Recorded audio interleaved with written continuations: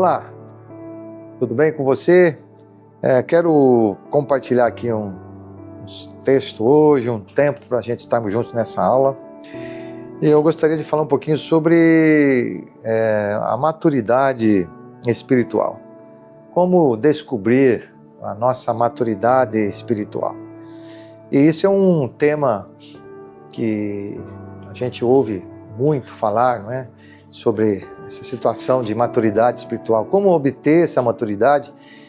E então aí se fala muito em crescimento espiritual, fala muito sobre você fazer uma campanha espiritual, ser cheio do Espírito e tantas maneiras.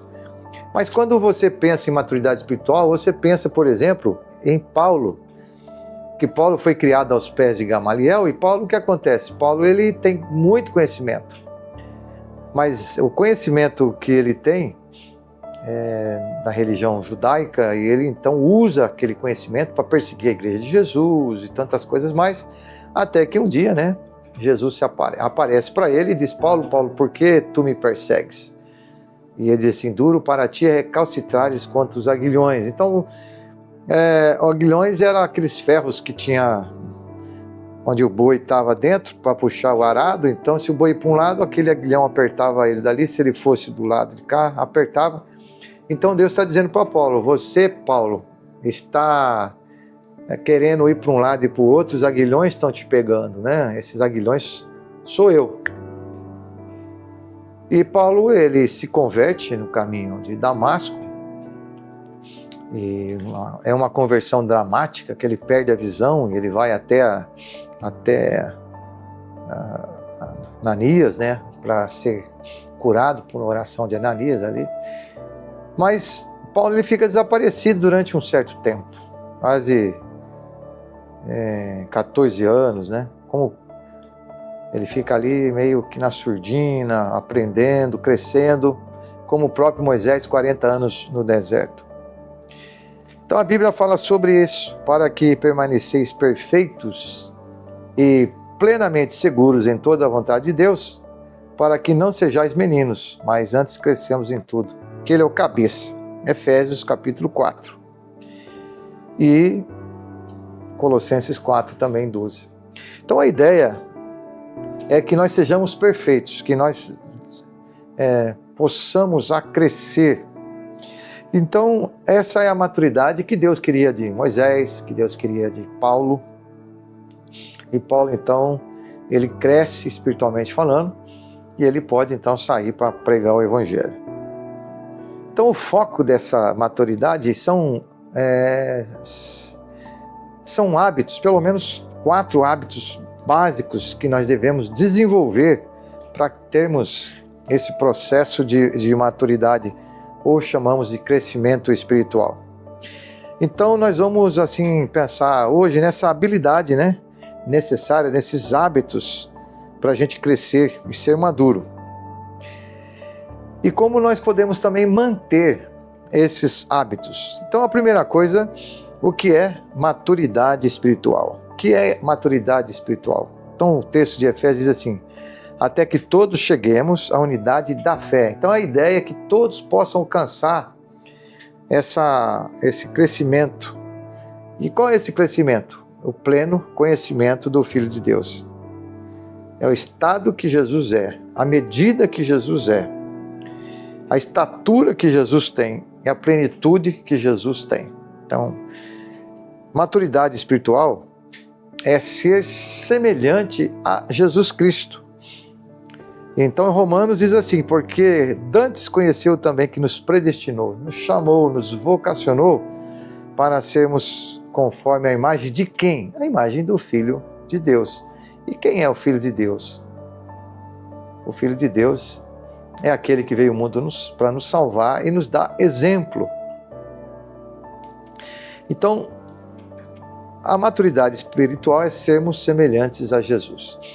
Então, o homem que quer chegar na maturidade espiritual é ser semelhante a Jesus, em todos os aspectos.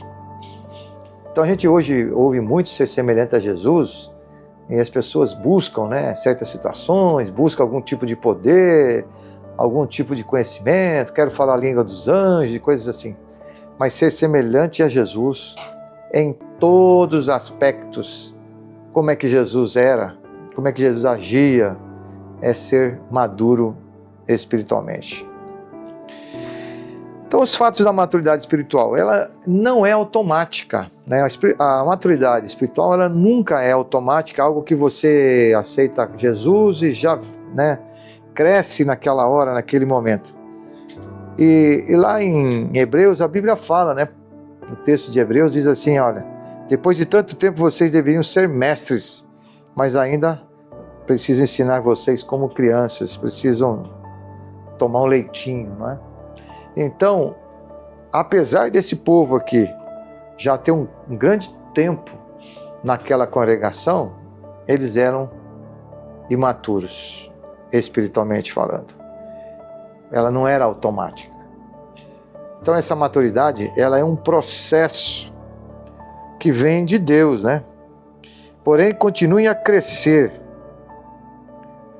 Lá em Pedro, diz que esse processo é um processo de crescimento.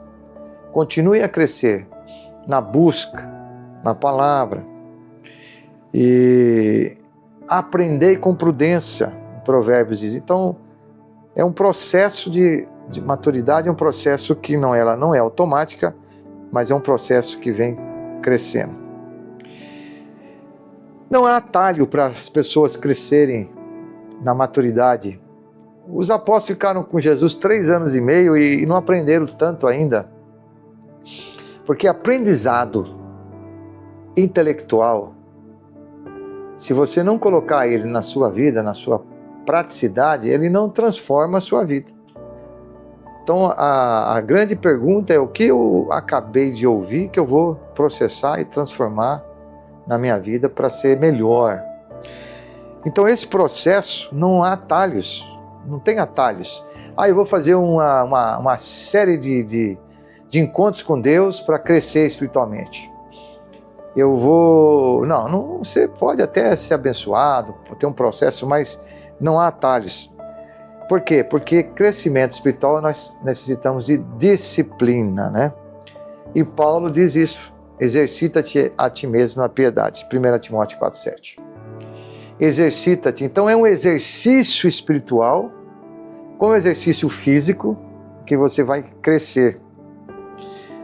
Então, são coisas pontuais, né, na maturidade espiritual. Não é automática, é um processo e ela exige essas disciplinas, né? Então, disciplinas espirituais, que nós vamos dar uma olhadinha aqui. E nessa disciplina espiritual, há a necessidade do discipulado. Então, o que é um crente chamado maduro? É um crente que chegou a ser discípulo. Então, o crente maduro são chamados de discípulos. Porque ele é o que segue o mestre. É aquele que anda com o mestre, aquele que ouve o mestre. Eu não posso ser discípulo sem ser disciplinado. Então não dá para você ser um bom discípulo sem você ter disciplina.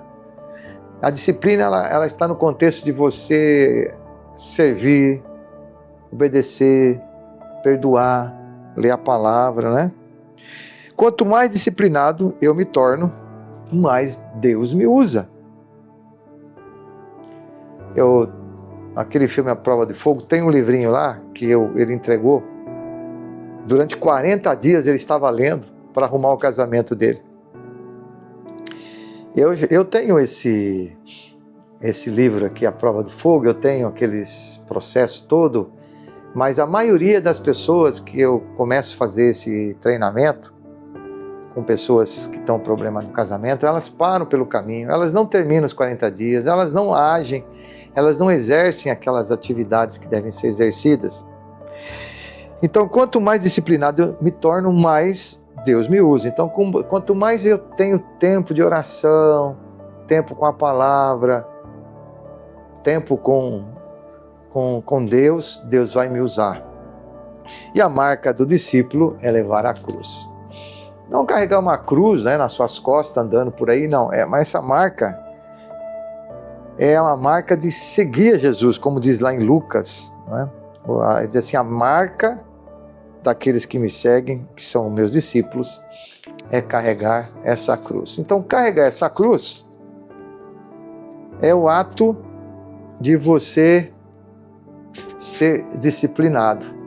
É o ato de você ter renúncias, né, na sua vida.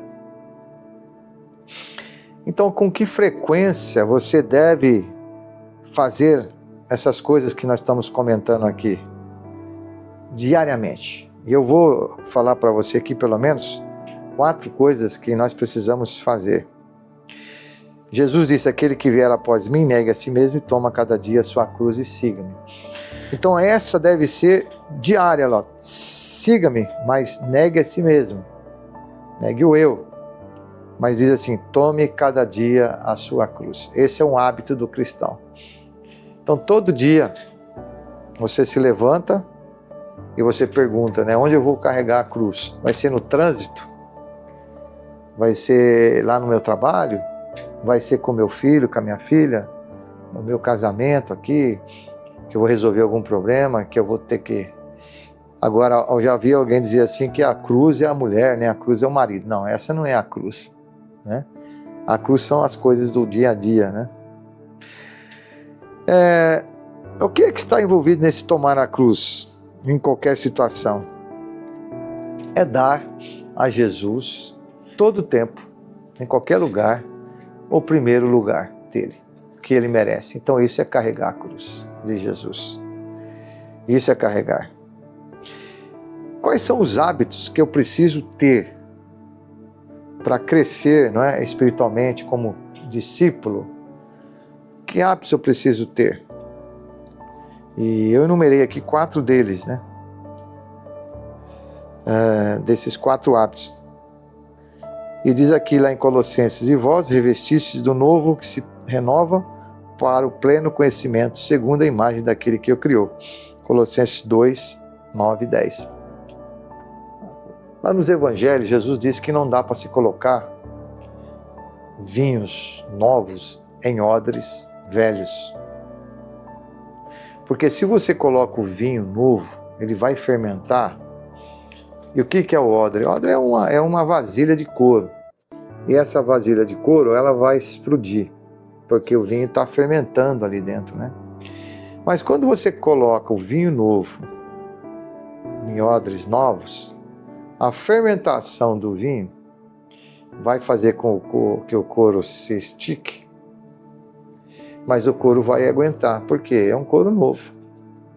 Então não dá para você colocar um remendo velho em um vestido novo, porque ele vai rasgar. Então você tem que usar um material novo, o remendo novo em algo novo.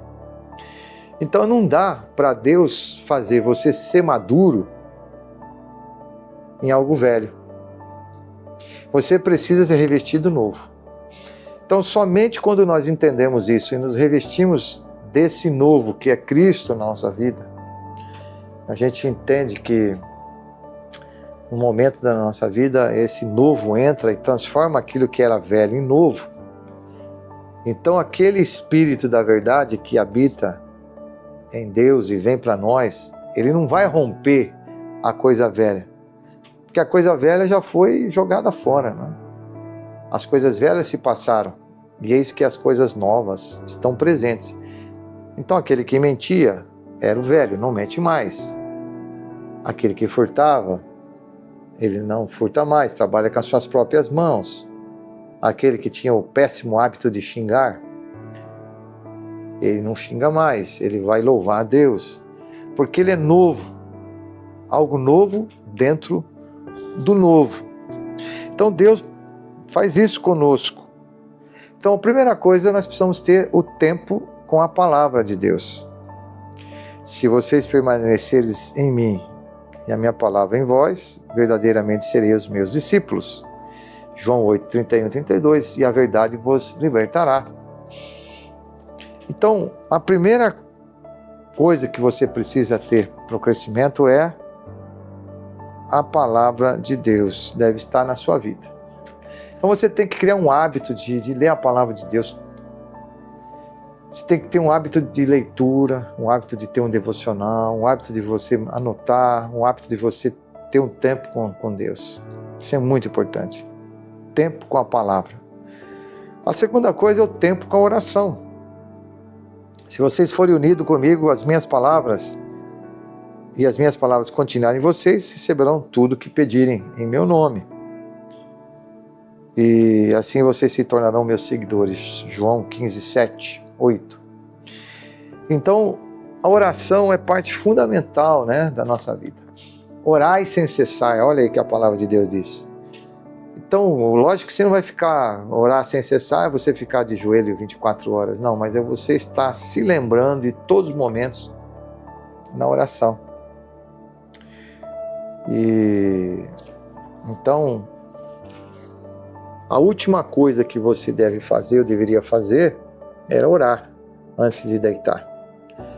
Eu conheço a história de um amigo, um homem, que ele estava indo de mal a pior nos seus negócios, que ele trabalhava com vendas ali em BH, e toda vez que ele ia deitar, ele pegava a televisão e estava lá, o dólar vai subir, as coisas estão ruins, a bolsa está...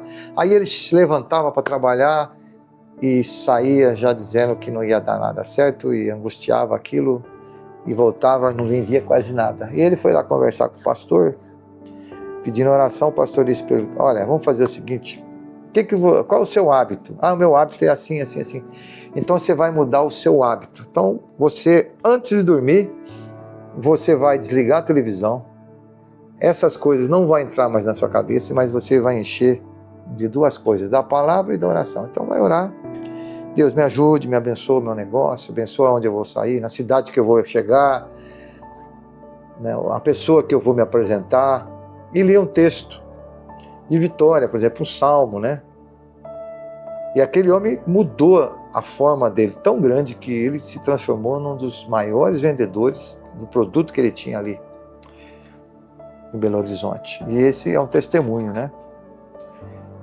E o terceiro hábito, você deve contribuir, pois todo aquele que renuncia a tudo que possui não pode ser o meu discípulo, se não renuncia. Mas isso, o dízimo, faço isso, né, o dízimo, para que aprenda a temer a Deus para sempre. E uma das coisas que aquele homem fez, nesse hábito, ele falou assim: eu vou contribuir com tudo que Deus me der, vou dar 10%. Então o hábito da palavra de Deus mudou ele cresceu espiritualmente, o hábito da oração foi transformando, e o hábito da contribuição foi libertando ele dele mesmo, né? Porque muitas vezes a gente não crê em Deus, né? Então, para você ter um crescimento espiritual, é necessário que você faça essa parte que é importante, né? Porque você começa a confiar em Deus. E o quarto hábito aqui é o hábito da comunhão, né? A Bíblia diz: ame uns aos outros, assim como eu vos amei, também uns aos outros. Se tiverem amor uns pelos outros, todos saberão que vocês são os meus seguidores. João 13, 34, 35. Tempo da palavra, tempo da oração, tempo da contribuição e tempo de comunhão. Essa palavra aqui de comunhão não é só você amar. Filhinhos, João diz, né? Não ameis de boca nem de língua, mas ameis da palavra. Ameis de fazer coisas. Então, a necessidade de você amar as pessoas, ajudar a sua mulher, ajudar o seu pai. Se você está numa igreja, fazer parte da comunidade, ajudar a igreja financeiramente, ajudar com seus dons e talentos, ajudar as pessoas. Então, abrir sua casa para fazer um culto, abrir sua casa para receber as pessoas. É um hábito da comunhão. Estar na igreja, né? E só Jesus disse que somente assim nós poderemos ser seus discípulos. Então, o que é uma definição de hábito? Hábito é uma contínua inclinação e algo que se torna frequente, às vezes até se torna inconsciente. Você faz, nem pensa.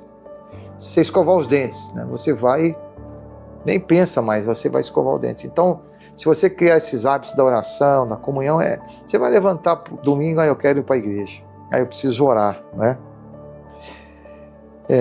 Então é algo que você adquire através de repetição. Então diz que um hábito para você criar, você precisa fazer ele no mínimo 7 vezes, né? Ou 7 semanas. Isso é importante. Alguém disse assim: semeie um pensamento, colha uma ação. Plante uma ação, colha um hábito. Plante um hábito, colha um caráter. Plante um caráter, colha um destino.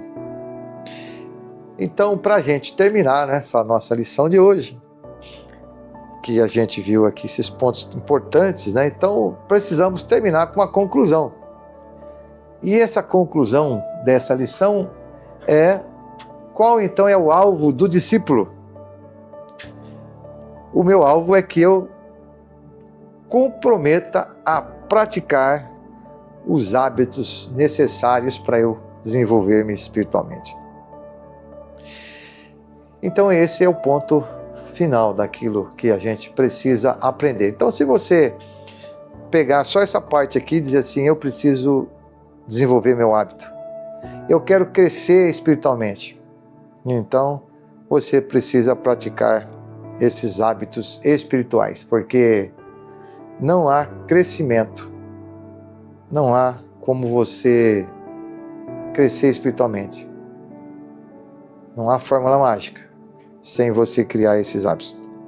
Romanos diz assim: olha, no passado vocês se entregaram inteiramente como escravos da impureza, da maldade para servirem o mal. Agora entregue-se como escravos de Deus para viverem uma vida santa. Certo?